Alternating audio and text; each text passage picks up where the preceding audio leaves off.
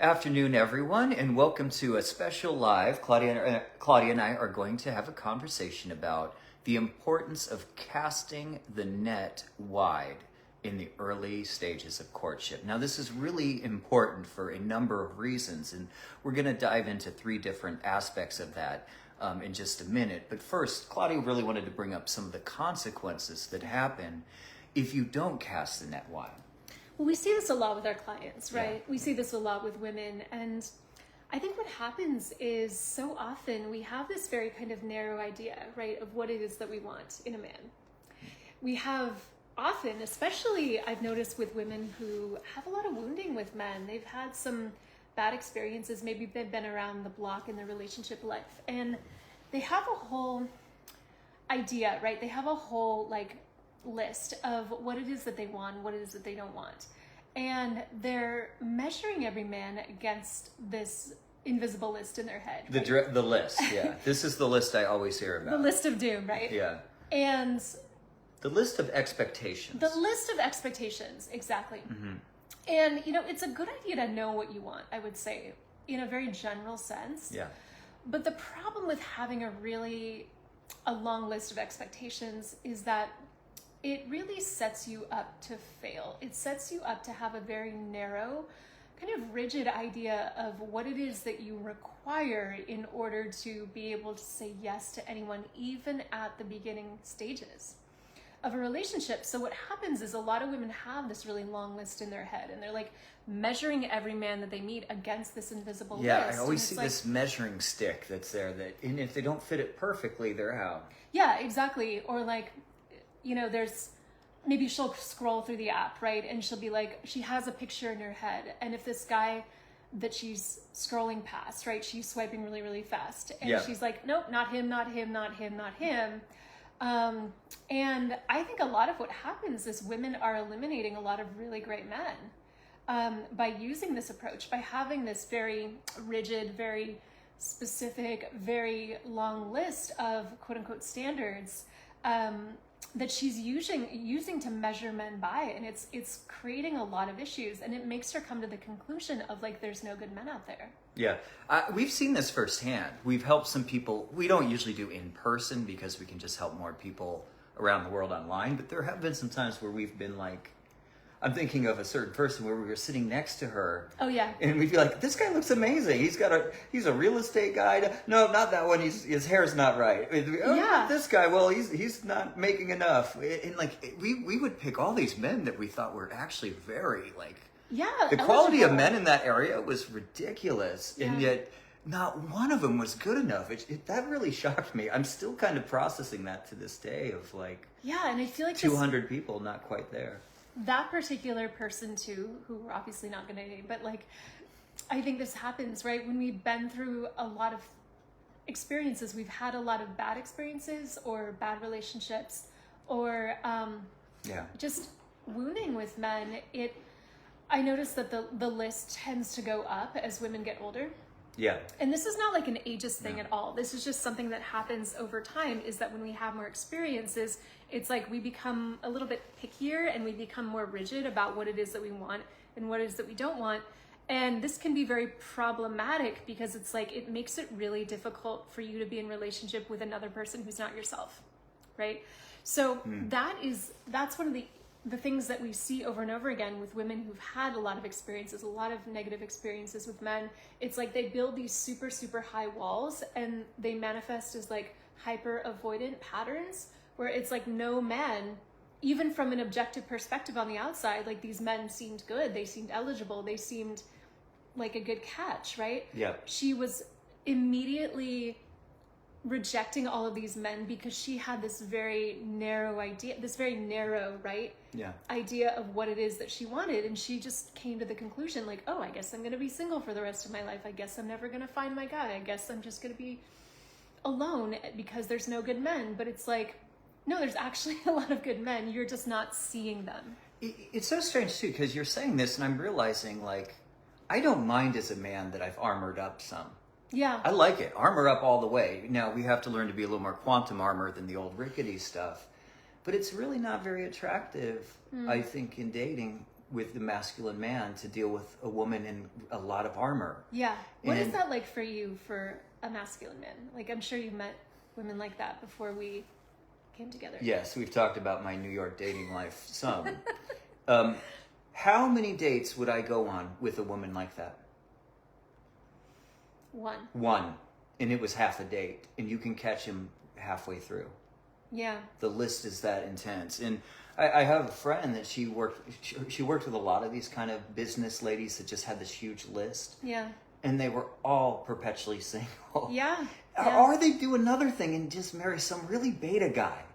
Interesting. It was either that or a few that just totally settled. Just settled and yeah. like, I'm just gonna there was no balance. I saw it hardly ever in that scene. Yeah. That's so interesting. Yeah. I mean, so for you as a masculine man, you would say that like that kind of being on the other end of that is really like, what does it feel like? Does it feel objectifying? Does it feel like it feels like you don't matter? No. It's yes, all of that. You're a thing. You're an object, but those are almost more feminine.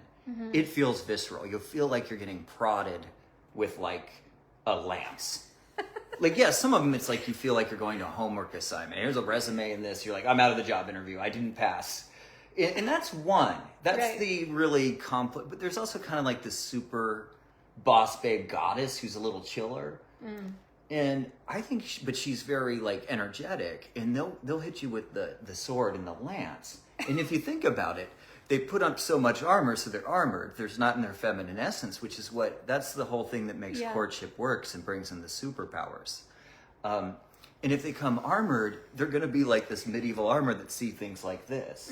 You know, you're not going to have a lot of spontaneity, a lot of magic. It's going to be very controlled. It's like a very rigid posture. Yeah. Like, I feel like women like this, they're very tense in their bodies, right? They're very like rigid. They're very like, you know, there's this kind of like your upper body is really, really tense. You're in your head. There's a lot of control, versus like lowering your shoulders, breathing, like descending down into your heart, coming into your body, going into your womb space, right? This posture, these two different postures, I would say more being in your head or more in that judgy, that critical, that controlling, that rigid space, versus just like being open with your open to receive, right? That is that's sort of the posturing, right? That we want to be aware of when we are going out into the world of courtship. So can we talk a little bit about that posturing? Well, one, it feels like they're taking work to dating. Oh yeah. And courtship's supposed to feel like skiing. It's supposed to be magic and fantastic. So that posturing, like they're not letting the posture of work off. Because I could get, we run things in a feminine essence, and I think businesses can be run a lot more that way than people are told. But I think they're taking that energy and that armor, and that posturing is making it feel like a work date. Yeah. And men just run away from this. Yeah. And you're just not using your innate like superpowers. Like, how many times do women love it when they do this work and they've been postured like that, and they start going on dates where they're relaxed in their feminine essence and just being appreciated and admired for it. It's like night and day. It's like night and day. It's like you went from like purgatory to watching some like magical movie or something. And it's really an alignment or two away. Yeah, it's a couple micro shifts usually. Yeah. Or big macro shifts. But it's usually more refinement. It's refinement. Like, people think they have to like heal for years to do this. It's not the case. Heal their childhood trauma and stuff. And it's like, it's not usually the case. It's not usually the case. So do we want to dive into these races? These 1, 2, 3? Yeah, and I think it's also 3 aspects of it, 3 things to consider. These were, Claudia came up with these, and I think they're just spot on. So could you read number 1 for us? Yeah, so we talk about casting the net wide, right? At the initial stages of courtship. There's a reason why we do this, right? As women specifically. It's not so you settle. It's not so you compromise. It's not so you lower your standards, quote unquote, right?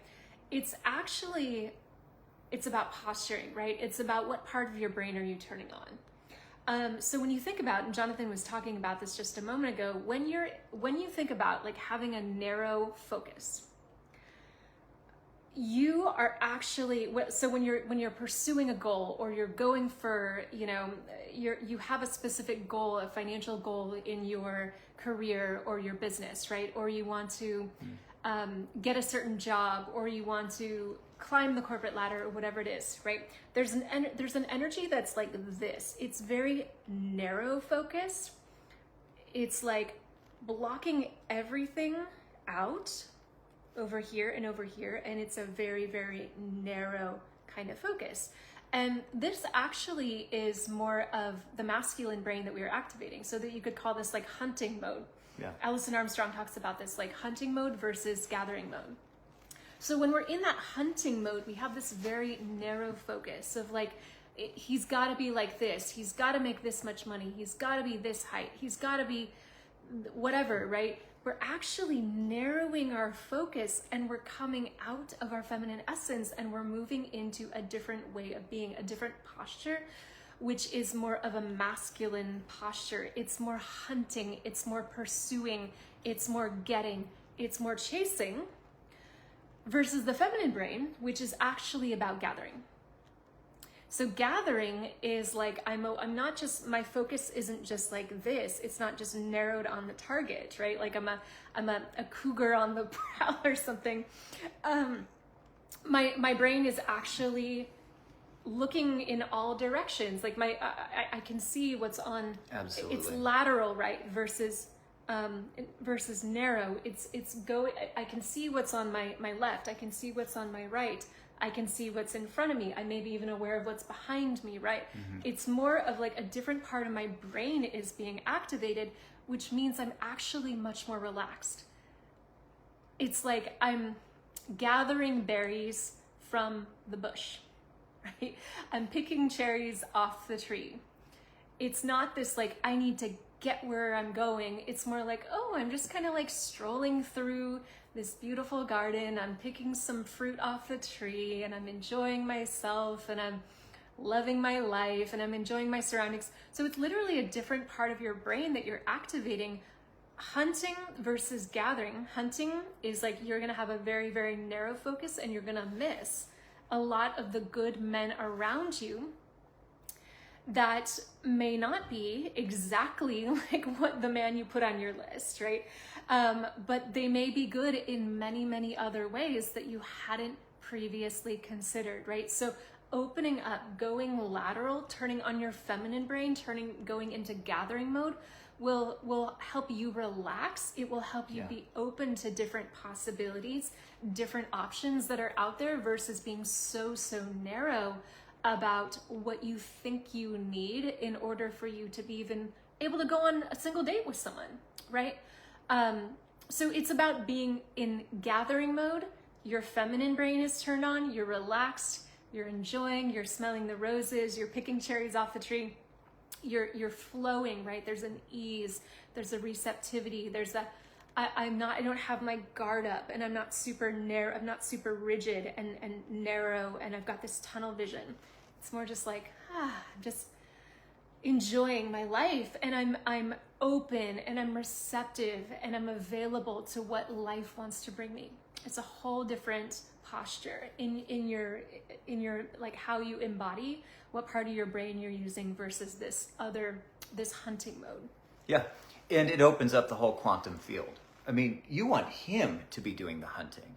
You want him to be doing the narrowing. Yeah. You're receiving and you're open, but you're very you can be selective too. That's the weird thing. You cast the net wide, and you can be selective over time. But over time. But you have to learn the steps. If you're knocking down everybody and no great big fish are coming in, there's a problem. And if you're a person that's saying there are no kings around me, there's a problem. There's a problem. There's kings everywhere. And if you're feeling that in your own life, maybe reach out to us, because this is our specialty. Usually I say within week 4, you're seeing kings coming out of the woodwork. Yeah.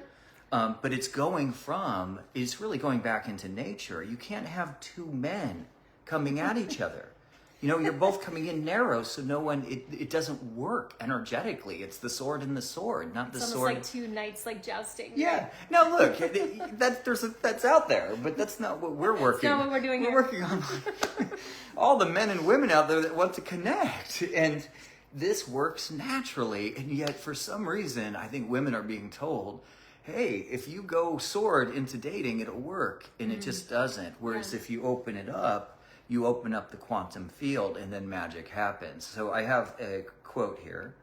The kingdom of heaven is like a net that was cast into the sea and caught all kinds of fish. Matthew 13:47. Yeah. So you got to cast wide. How do you do that? Well, you know how I would say to do that? The simplest way possible. Practical. How? See, she's all about feminine approach and this perspective. Get on the app and get a date. Yeah. Gosh, how many people have got their husband by this very complicated process we do of getting on the app in a totally new way, in a courtship way. When you come in, it's a totally different process. But you get on the app and you get a nice courtly date. Easy. You get a few of those with a few good men, there's usually a husband right there. Yeah. And you can cast the net on these apps so wide and still be safe if you know how to do it in a way.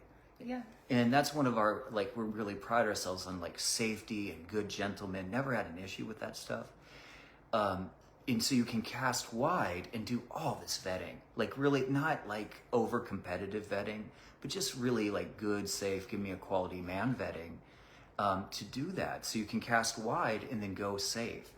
I think now is maybe one of the, you wouldn't hear this from most people, but I think it might be the best time to date. You can go online, you can meet like-minded people, and go to a lot of great places. Yeah, exactly. Yeah. Should we go into reason number 2? Number 2. Yeah, so really following up from reason number 1, I mean, it's very similar to what we were sharing. It's kind of the natural consequence of having a narrow focus versus a wide focus, opening up your field. It's like you're opening up your aperture. So I would say in a practical sense, this means defaulting to yes. Like you say yes more than you say no at the beginning of courtship, right? Jonathan was saying you want to focus on safety. So making sure that this man is safe, making sure that this is somebody that you actually, there's nothing horribly wrong with him. Like, he's like missing 2 front teeth or something like that. No. But like anyone who's like basically like who you want to say yes a lot more than you say no at the beginning. That's really what we're saying by what we mean by casting the net wide here.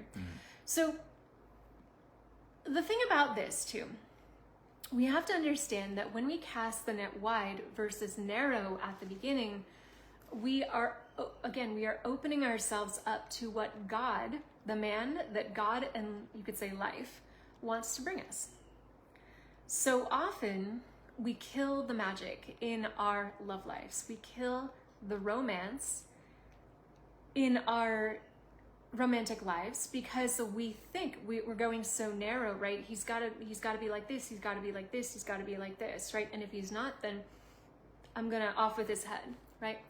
But when we open it up, when we start saying yes more than we say no, at least at the beginning, we actually open up to a wider range, a wider possibility, a greater possibility of what is out there that we may have not been able to see before because our minds were our brains were in hunting mode, right? Our brains were very focused in a very, very kind of narrow way, right? So when we open ourselves up, we open up our minds, we open up our hearts, we open up our aperture, right? And we're seeing different possibilities that we hadn't seen before. We actually become much more open and available for the man that God wants to bring us or life wants to bring us versus what our ego wants.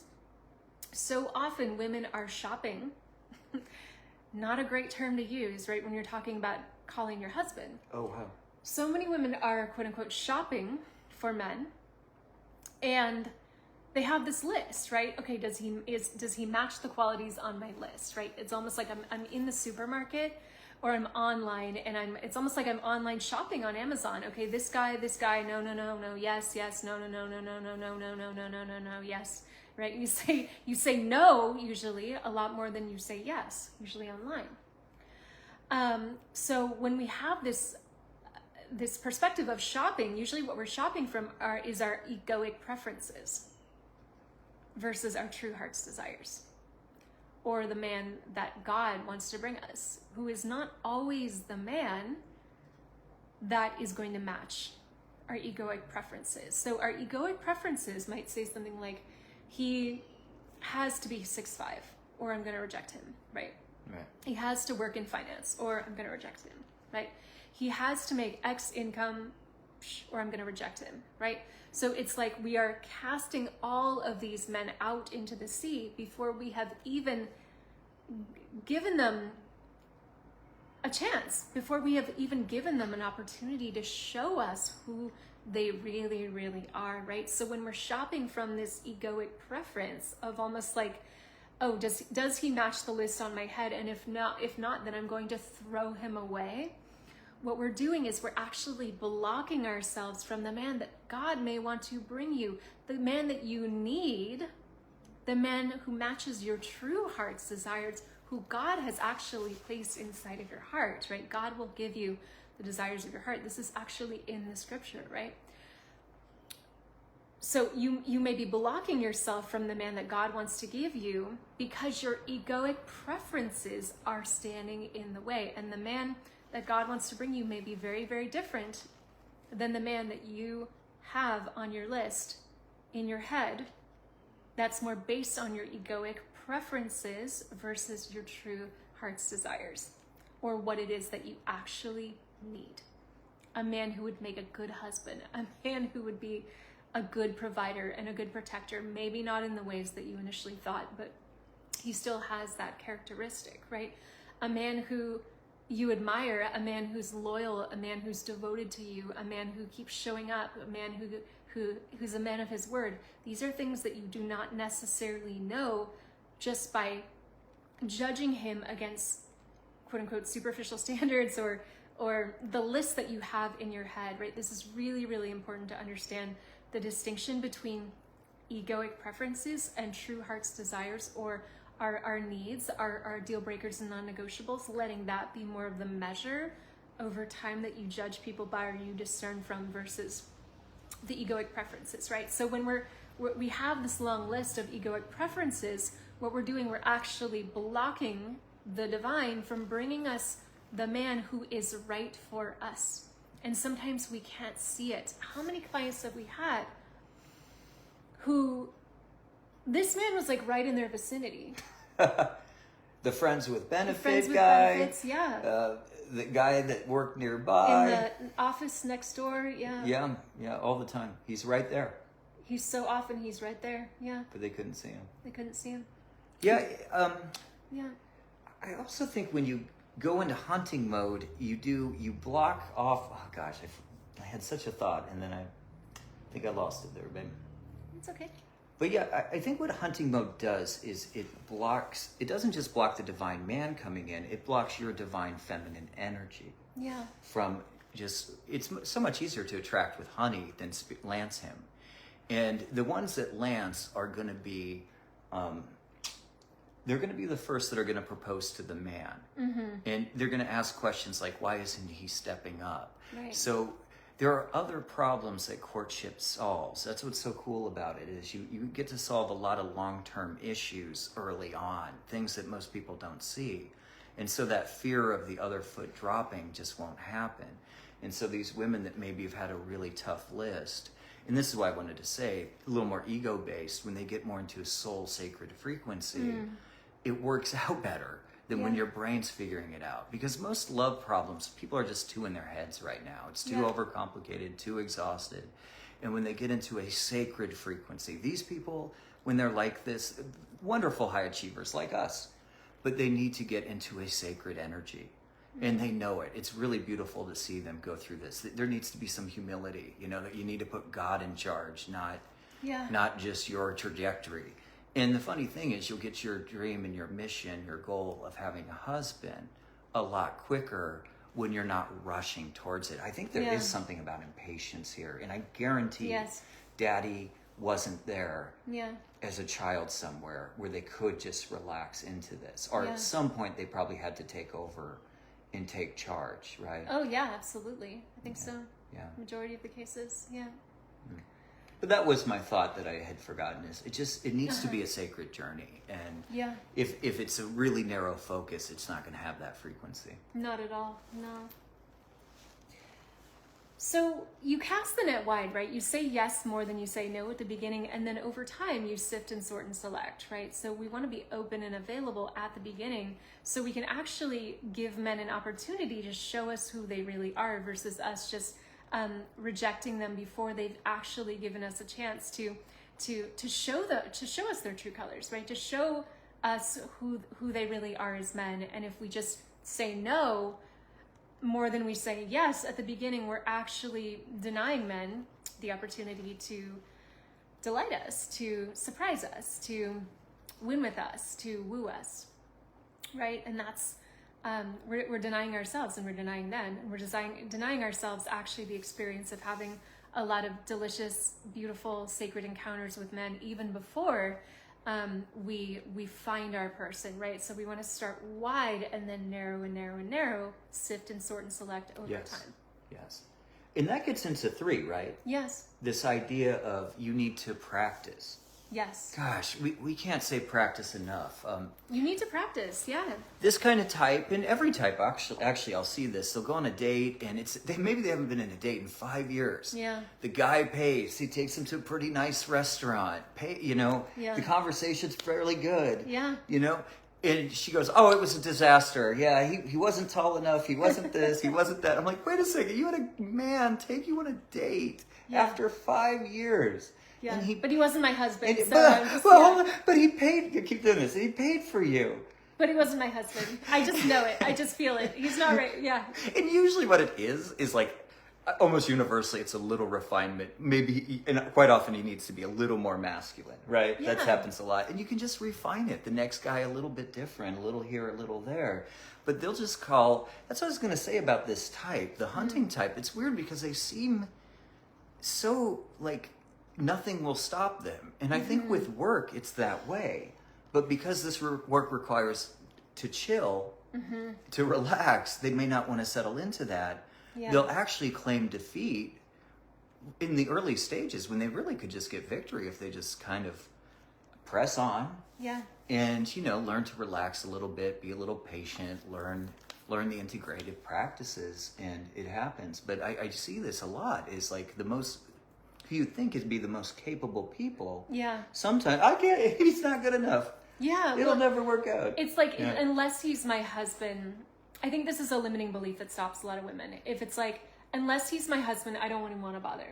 I don't want to touch him with a 10-foot pole. Unless I know for a fact that he's going to be my husband. Well, first of all, you're never going to know for a fact if somebody's your husband unless you go on the journey with them, right? Even though when I met Jonathan, I had a sense that he was the one, right? I still had to go on a journey with him, and we had to go on a journey together. Absolutely. To actually discern each other. So even if you just have this deep feeling inside of your body and your heart that's like, yes, this feels like the one, you still actually need to go on a journey with that person to decide and discern if this is actually your husband, right? But the problem is a lot of women are like, no, I'm not going to touch him with a 10-foot pole unless he is, I know for a fact that he's my husband. Again, this is just avoidance patterning. It's like, nope, I don't want to bother. I can't be bothered, right?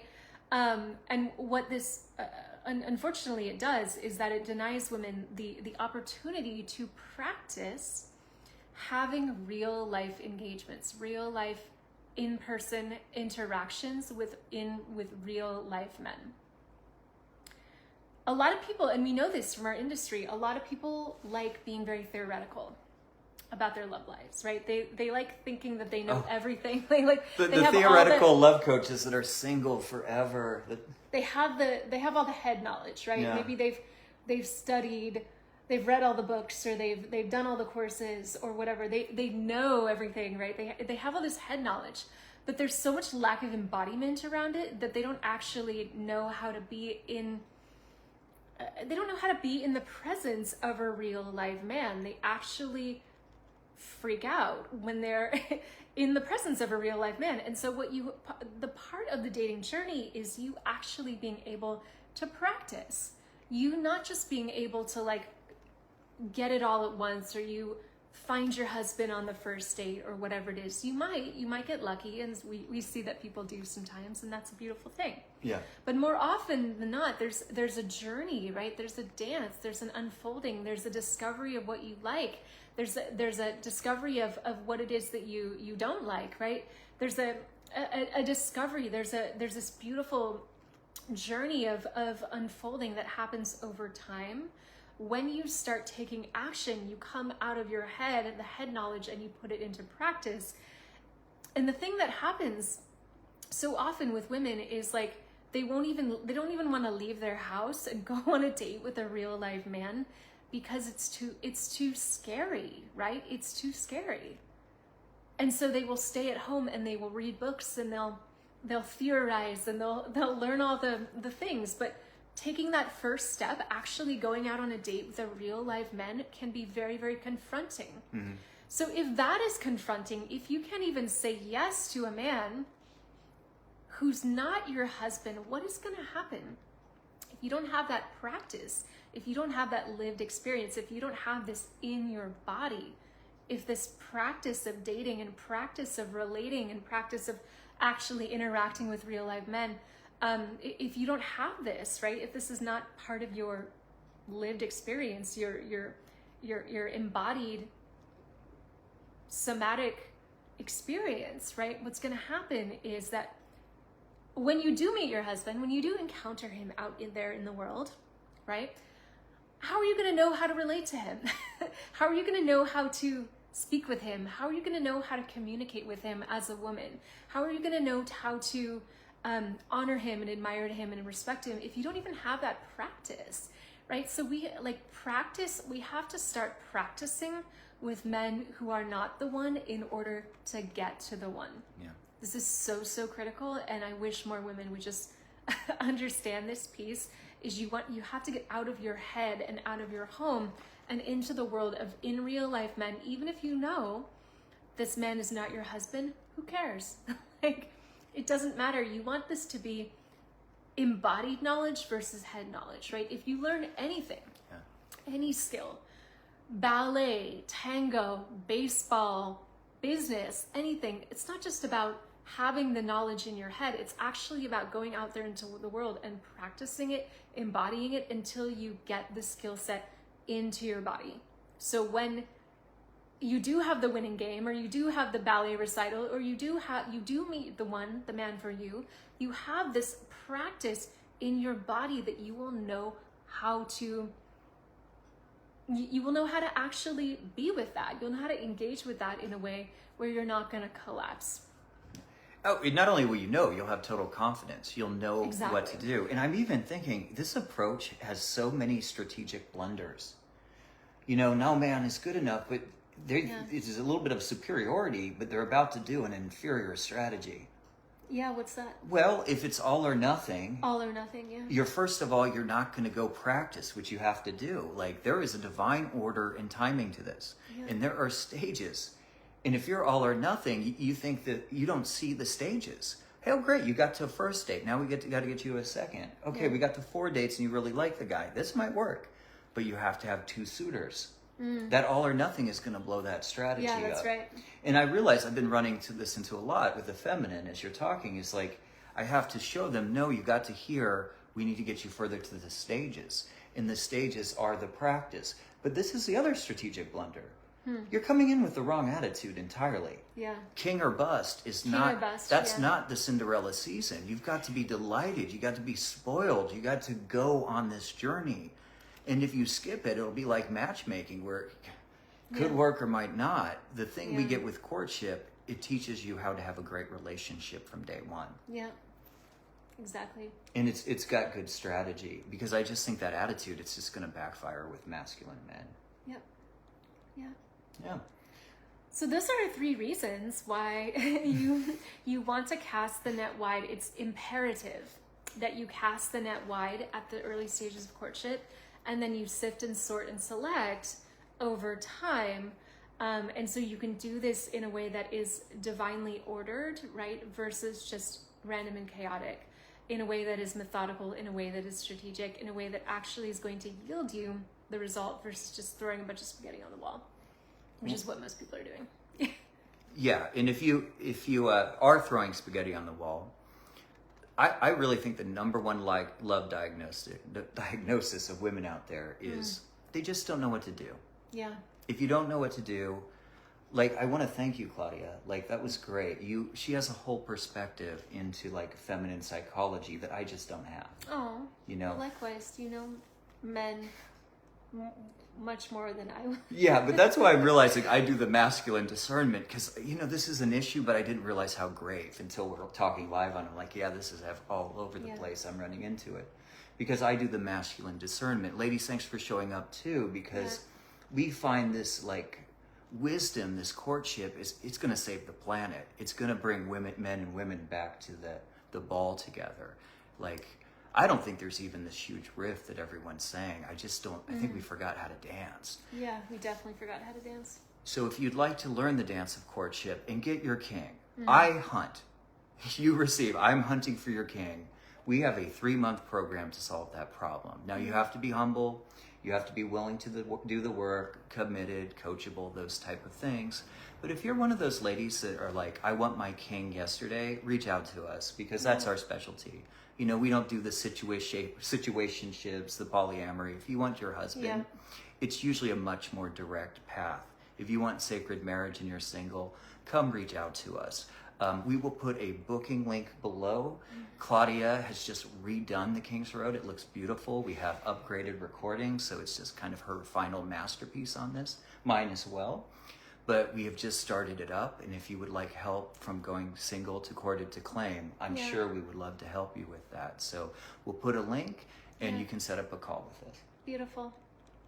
Well, thanks everybody, and we'll see you on the next one. Thanks everyone for watching. I'd love to hear if anyone who's watching or watching the replay, what was your biggest takeaway? What was your biggest aha moment from watching this live? And what are you going to put into practice moving forward with your love life? So we'd love to hear from you, and we cannot wait to speak with you on one of these calls and see if you are ready to go on the King's Road and call in your husband. All right, ladies, have a fantastic rest of your evening, and we will see you soon. Ciao.